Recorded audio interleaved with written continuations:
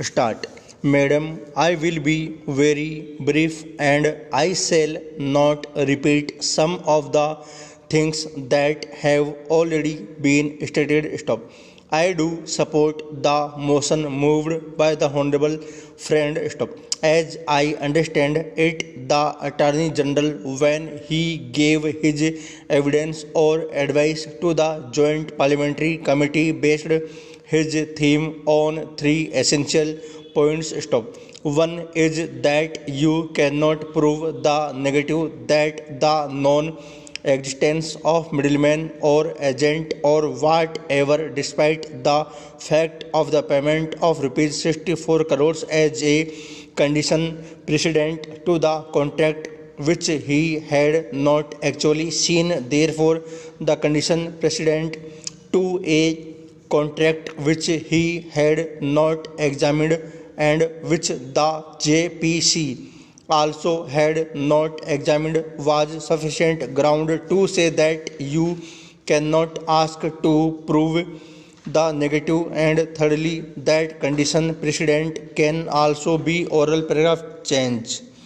These were largely the three essential points which raise questions which I believe only the Attorney General can answer, because the legal experts and the Treasury benches would suppress their expertise and would rather come out with partition aspects of that which is unsustainable. Stop. The Attorney General spoke of the Evidence Act.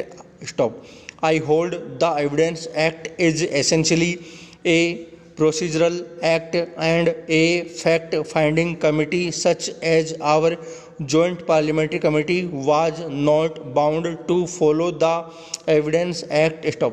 There are also exceptions to the Evidence Act, like the principle of the primary burden of proving a fact lying with the party that asserts the existence of a thing. Stop.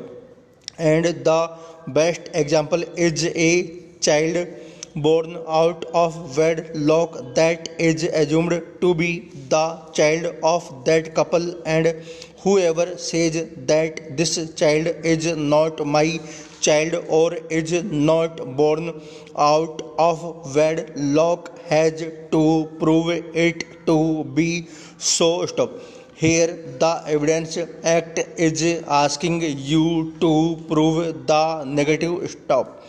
The responsibility of proving the negative lies on whoever makes the assertion. Therefore, the Attorney General is wrong. Stop. Therefore, it is necessary that the Attorney General be called here. Stop.